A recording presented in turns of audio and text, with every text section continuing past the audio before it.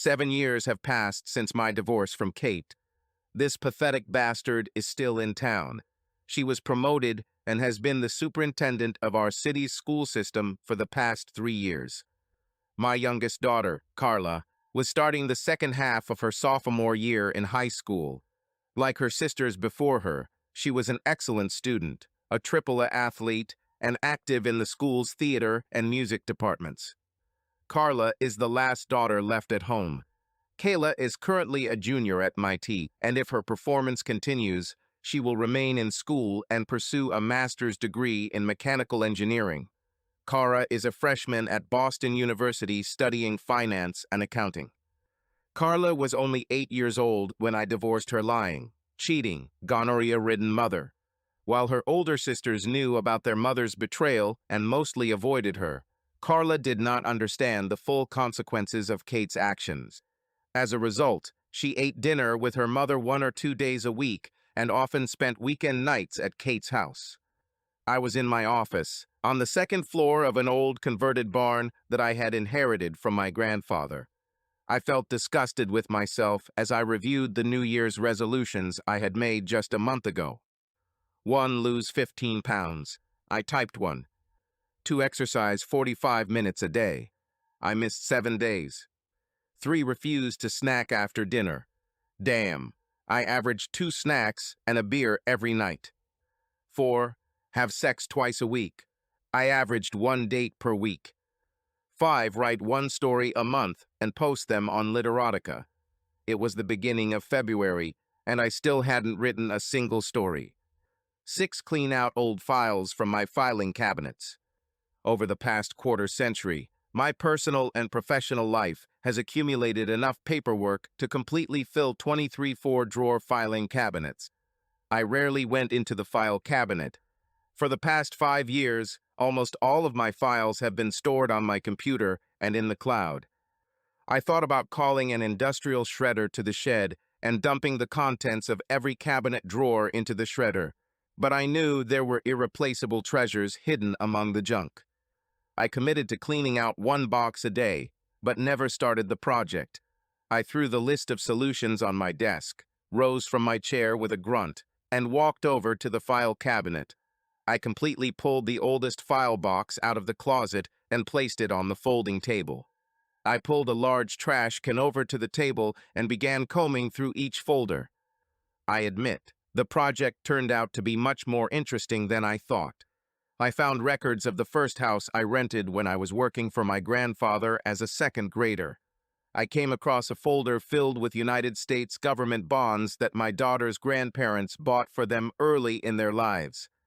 The file cabinet contained old photographs, early school projects and report cards, and original birth and baptismal certificates. On the 4th day of the project, my life went topsy-turvy. I found documents about my ex-wife's hospital stay when she gave birth to Carla. I smiled as I looked at the costs listed on the documents compared to today's prices. And then I saw it. Kate, my ex, had blood type 1+ on her documents. It was impossible. I also had blood type 1, as did my 2 older daughters.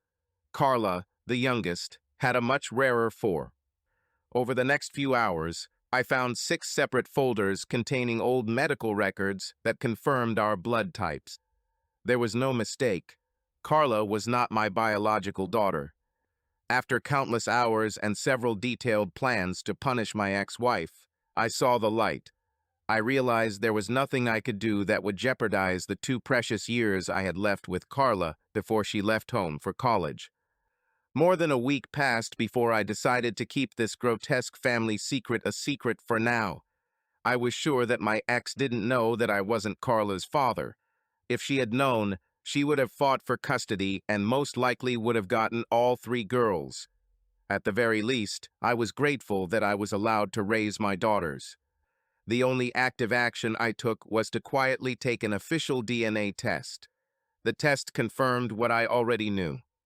Almost exactly 2 years later, in the week between Christmas and New Year's, I was sitting at the dinner table with my 3 daughters. As always, it was a joy to be surrounded by their teasing, laughter, and jokes. I had been preparing all day, And when our meal was finished and the conversation had died down, I looked at Kayla and Kara and said, "I need to talk to Carla. Will you put away your dishes?" Both girls agreed and began to tease their sister that she was in trouble and would be punished until the end of the Christmas holidays. I told Carla, "Why don't you come to my office? I want to talk to your sisters." Carla teased her sister, saying, "Look who's in trouble now." With a smile and a wave, she walked out the back door and headed to my office above the barn. "What are your plans for tonight?"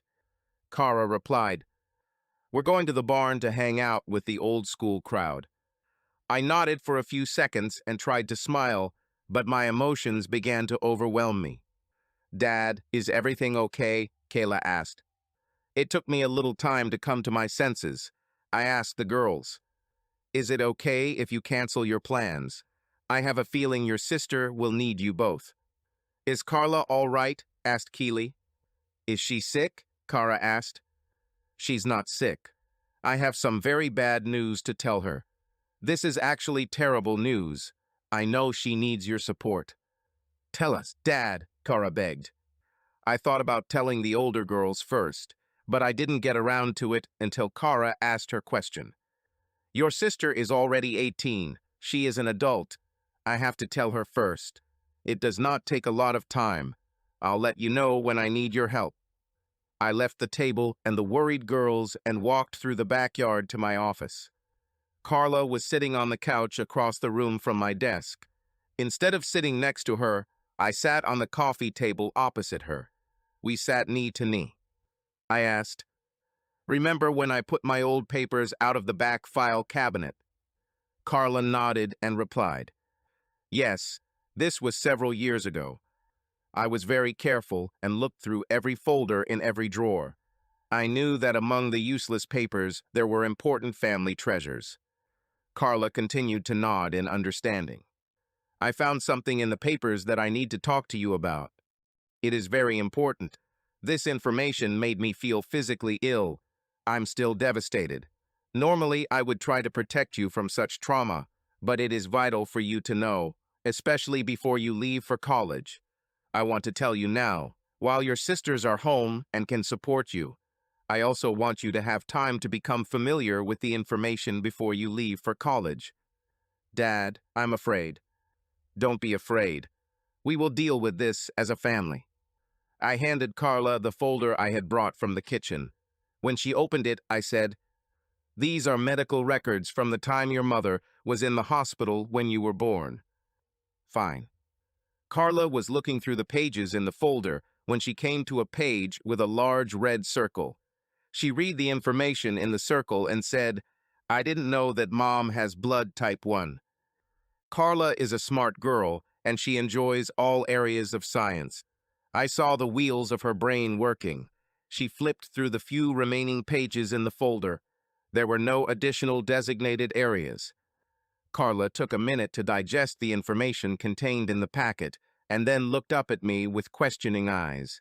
She sobbed and reached out to me, and I jumped up on the sofa next to her.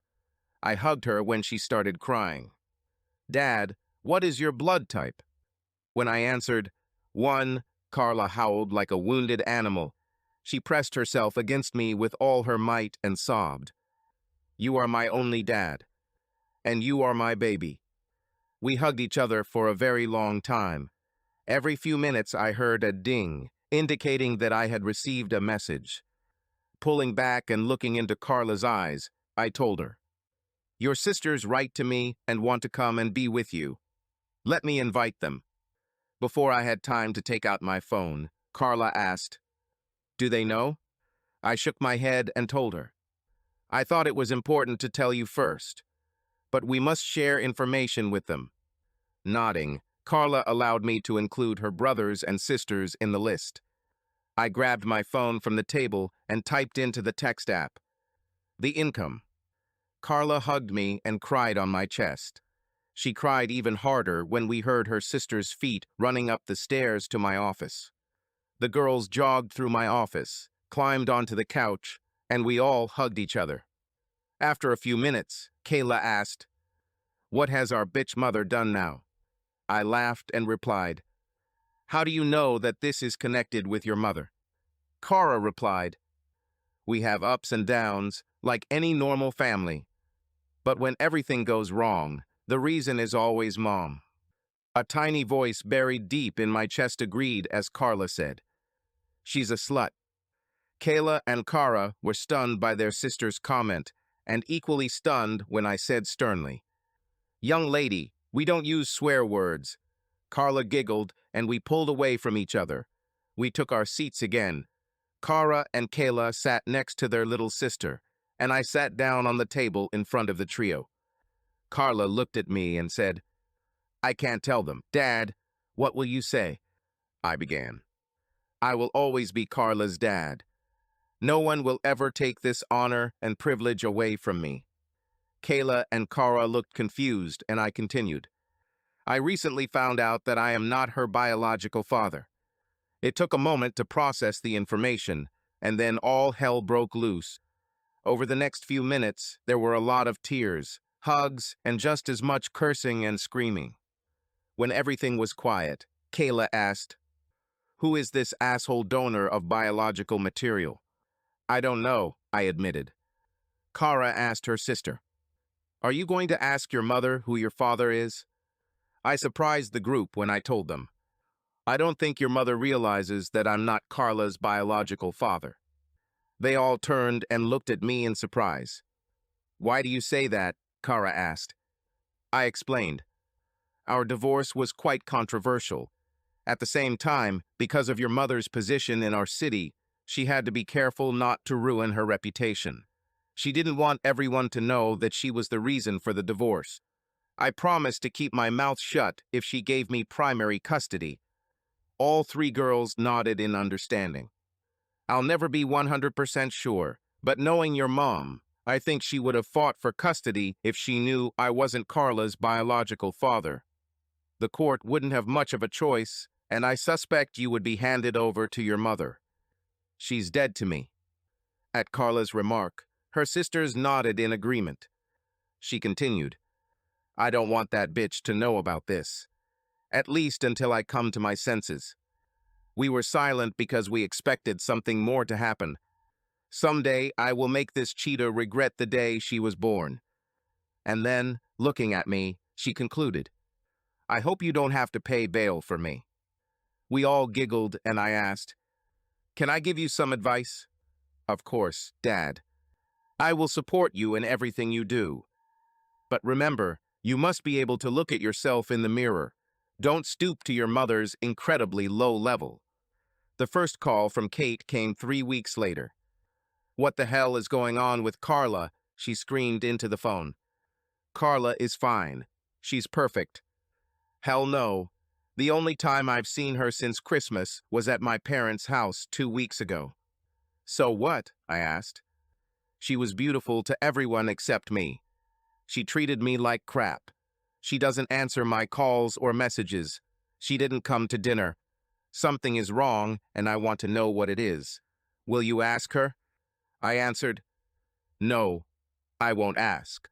She communicates normally with me and her sisters. Her teachers didn't tell me anything was wrong.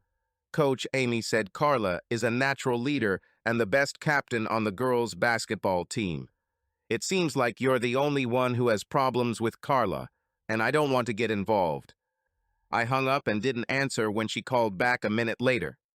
The next few months flew by. It was late spring, and basketball games had given way to lacrosse. I sometimes saw Kate at Carla's games. After every game, Carla would find me in the crowd of parents and hug me. She completely ignored her mother. Kate called me weekly and demanded that I find out what was wrong.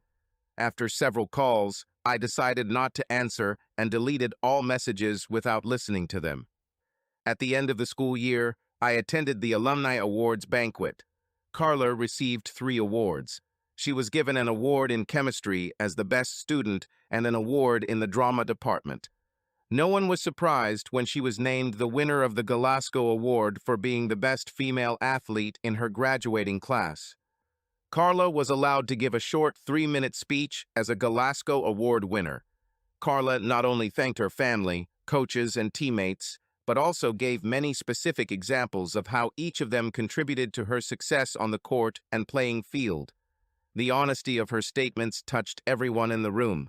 I noticed a few raised eyebrows, especially among school staff, when Carla did not mention the contributions of the superintendent of schools, her mother. The high school's commencement ceremony took place Thursday evening, a week after the senior banquet. We had 532 graduates. Due to the size of the class, the graduation ceremony was held each year in the main gymnasium of the local college. I sat in the stands with Kayla and Kara. I didn't see my parents, but I knew they were nearby. In the stands opposite us, I noticed the girls' grandparents and slutty aunties. I couldn't be happier when the student audience and many in attendance applauded when they heard the Master of Ceremonies announce Carla Lillian Harrington. I smiled widely as I watched my daughter walk proudly and confidently into the graduation hall. I wondered how Carla would handle this moment, but I decided that I had enough confidence in my youngest daughter to know that she would not embarrass herself. You see, the school superintendent, her mother, was the first person Carla would meet in line to receive her diploma. Kate proudly held Carla's diploma, waiting for her daughter to come up and shake her hand. Everyone present was in disbelief when Carla stopped 20 feet from her mother. Just as Kate began to lose her bright smile, Carla raised two fists in front of her, palms facing the ceiling. She paused for a moment and then slowly extended each middle finger. Thousands of those present sighed in unison, and then there was dead silence. I believe Carla's cry when she sent her mother could have been heard half a mile away. Carla turned on her heel and walked back to the stage entrance. As she walked past the line of students waiting to take the stage, several of them raised their hands and greeted Carla.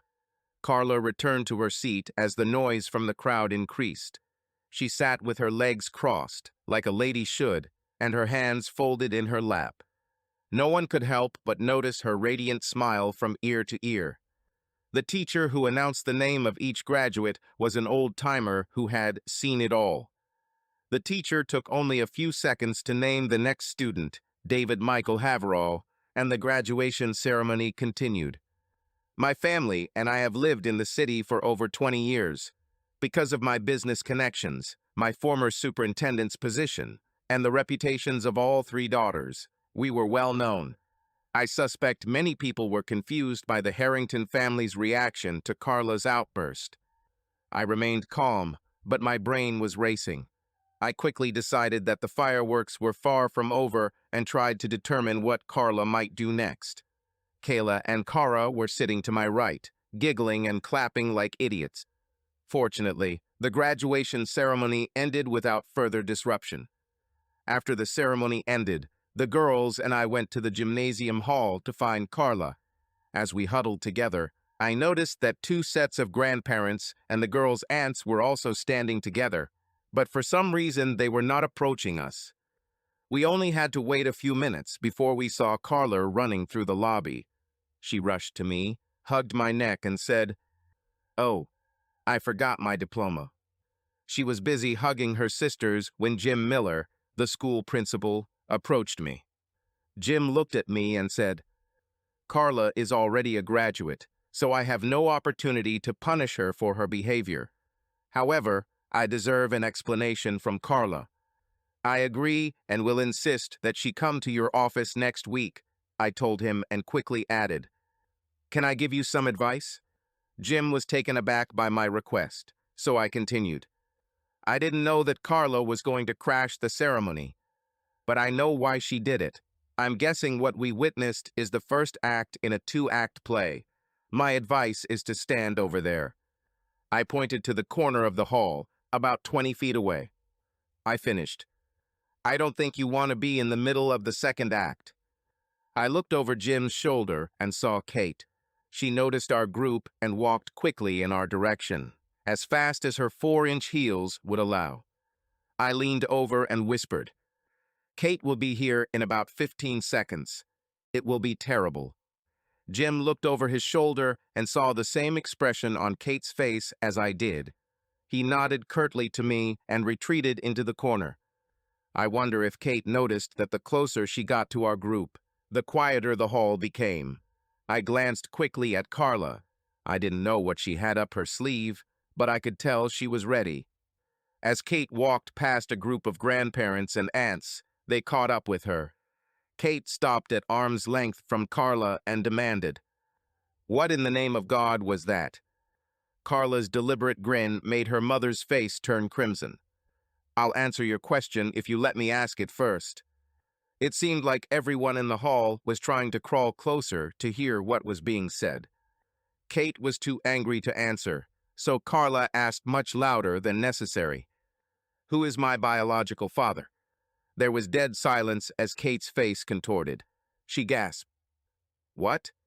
Kara jumped up and repeated, "My sister wants to know the name of her biological father." Kate pointed at me and almost shouted, "Your biological father is standing over there." I shook my head and said, "No, that's not true." Kate's mouth dropped open, and before she could make another sound, Kayla announced to Carla, "In the month you were conceived, she slept with so many people that she doesn't even know your father's name." Kate swung her open hand at her eldest daughter. I saw her coming, but I couldn't do anything to stop her. Out of nowhere, Carla's maternal grandfather reached out and squeezed Kate's wrist. "You will never hit my granddaughter," George ordered. George came up to me and asked, "You're not Carla's biological father." I shook my head and told him, "No." "How long have you known this?" he asked. "Not for long." He moved away slightly and crouched down so he could look Carla in the eyes. George took a moment to collect his thoughts before he said, "If things hadn't happened the way they did, I wouldn't have had 3 perfect granddaughters.